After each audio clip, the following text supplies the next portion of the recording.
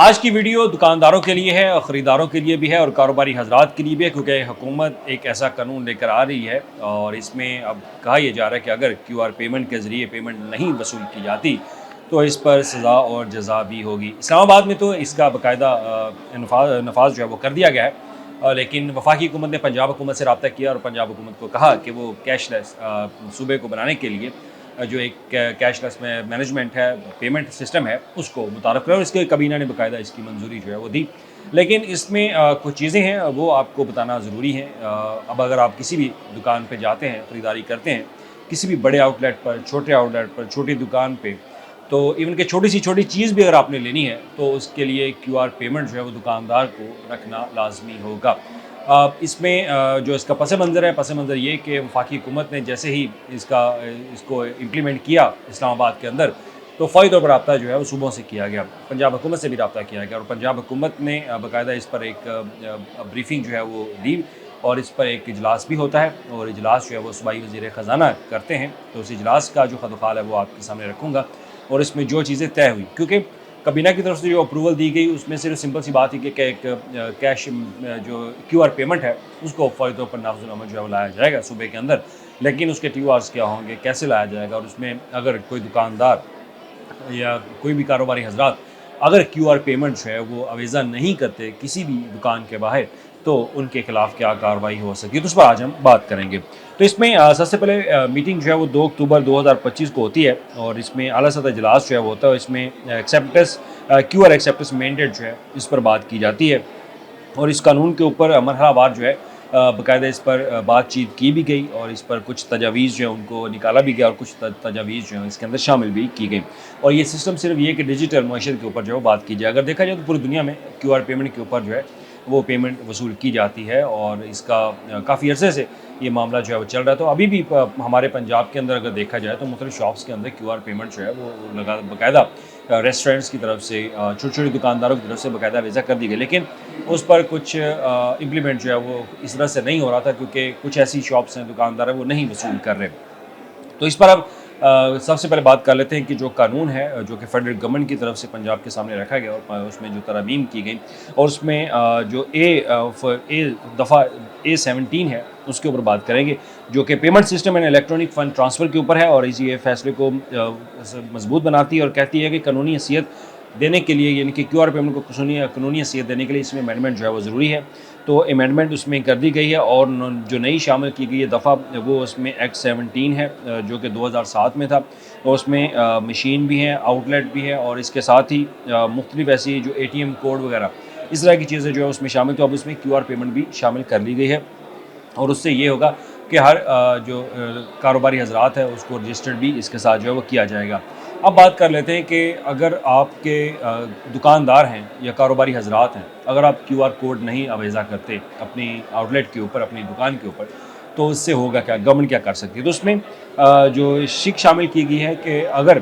کوئی بھی دکاندار یا کاروباری حضرات کسی بھی جگہ پہ وہ اگر کوئی چیز فروخت کر رہا ہے تو کیو آر کوڈ اگر وہ اویزہ نہیں کرتا تو اس پہ 2 لاکھ روپے تک جرمانہ جو ہے وہ کیا جا سکتا ہے۔ اور اس کے ساتھ ہی یہ بھی کہا گیا کہ اگر کوئی تاجر یا کاروباری شخص ان ہدایات پر عمل نہیں کرتا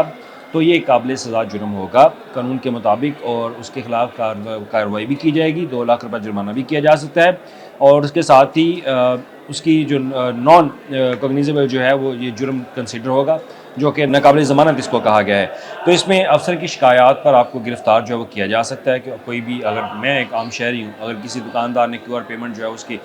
کیو آر کوڈ اویزہ نہیں کیا گیا تو میں ایک جو ہیلپ لائن دیا ہوگا، میں اس پر کال کروں گا، کال کرنے کے بعد متعلقہ آفیسر کو آگاہ کروں گا، متعلقہ آفیسر اس دکاندار یا مرچنٹ کے خلاف جو ہے وہ شکایت درج کرے گا تو اس کو اس ایکٹ کے تحت جو ہے جو payment statement electronic fund transfer act ہے اس کے تحت وہ کارروائی کرے گا۔ اور اس کے ساتھ ہی یہ بھی کہا گیا ہے کہ یہ اس میں جو بھی قصور پایا جائے گا کاروباری حضرات پر اس پر بھاری جرمانہ جو ہے وہ عائد ہوگا۔ اب اس پر مرحلہ وار جو عمل درآمد ہے تو حکومت نے اس پالیسی کے نفاذ کے لیے مرحلہ وار حکمت عملی اپنائی ہے، پہلے بڑے شہروں میں، پھر چھوٹے شہروں میں اور آخر میں دیہی علاقوں میں اس قانون کا اطلاق جو وہ کیا جائے گا۔ ہر مرحلے میں تاجر کو آگاہی، تربیت اور تکنیکی مدد فراہم کی جائے گی تاکہ وہ آسانی سے اس نظام کو اپنا سکے۔ اگر آج کے دور میں دیکھا جائے تو ہر بندے کے پاس جو ہے اینڈرائڈ فون بھی ہے، لیکن کچھ ایسے دکاندار جن کے پاس نہیں سسٹم ہوتا تو ان کو تربیت جو ہے وہ دی جائے گی۔ سب سے پہلے تو یہ بڑے شہروں میں، یعنی کہ اگر لاہور کی بات کی جائے، ملتان کی بات کی جائے، فیصل آباد، راولپنڈی، گوجرانوالا، یہ تو بڑے شہر ہیں، وہاں پر اس کو امپلیمنٹ جو ہے فوری طور پر کروایا جائے گا، اور اس کے لیے PRA کو بھی ٹاسک دیا جائے گا کہ پنجاب ریونیو اتھارٹی جو ہے وہ اس پر عمل درآمد کروائے گی، اور آپ کو QR کوڈ جو ہے وہ لازمی اویزہ کرنا ہوگا۔ اب اس کی بات کر لیتے ہیں کہ اس میں گورنمنٹ نے سہولیات کیا دی ہیں آپ کے لیے۔ تو حکومت اس عمل کو سامنے لانے کے لیے کوئی بیشتر اقدامات جو ہے وہ کریں، جیسے کہ EKYC جو ہے پر ایک اسٹیٹمنٹ ہے وہ ہے، اور اس میں بغیر فیس کے بینک اکاؤنٹ کی سہولت ہوگی، اور راست ID سے خودکار جو ہے اس کا اجرا ہوگا، اور QR کوڈ کو پرنٹ یا ڈسپلے کرنے کی سہولت جو ہے وہ گورنمنٹ کی طرف سے آپ کو دی جائے گی، اور تاجر حضرات کو ٹریننگ، مارکیٹ کیمپس اور ہیلپ لائنس کے ذریعے سہولت بھی دی جا سکتی ہے تاکہ وہ بغیر کسی دقت کے ڈیجیٹل نظام میں داخل ہو سکیں۔ اب اس کے فوائد بات کر لیتے ہیں کہ QR کوڈ کے استعمال سے نہ صرف صارفین کو آسانی ہوگی بلکہ تاجروں کو بھی پیسوں کے لین دین میں شفافیت، تیزی اور تحفظ جو ہے وہ دیا جائے گا۔ حکومت کا کہنا ہے کہ اس سے ٹیکس نیٹ بھی بڑھے گا، بلیک میلنگ جو بلیک منی ہے اس کی روک تھام بھی ہوگی، اور مجموعی طور پر معیشت زیادہ مستحکم اور جدید بنے گی۔ اب اس میں کچھ سوالات پیدا ہوتے ہیں کہ چھوٹے دکاندار بھی ہوتے ہیں، ابھی جو ریڑھی بان ہیں ان کے اوپر کیا اس کا اطلاق ہوگا؟ تو ریڑھی بانوں کے اوپر ابھی اس پر جو ہے وہ اطلاق نہیں ہوگا، لیکن اگر وہ ڈیجیٹل سسٹم کو سمجھتے ہیں تو وہ QR کوڈ اویزہ کر سکتے ہیں۔ ہم پوری دنیا میں دیکھتے ہیں کہ ایون کہ چائنا میں اگر بات کر لیجیے تو چائنا میں اگر کوئی فقیر بھی کہیں پہ نظر آتا، ویسے تو نظر نہیں آتا، اگر نظر بھی آ جائے تو اس نے گلے میں QR کوڈ لٹکایا ہوتا ہے۔ جو چائنا گئے ہیں وہ سمجھتے ہیں اس بات کو کہ وہاں پہ اگر QR کوڈ سسٹم ہے، کتنا اسٹرانگ QR کوڈ سسٹم ہے وہاں پہ،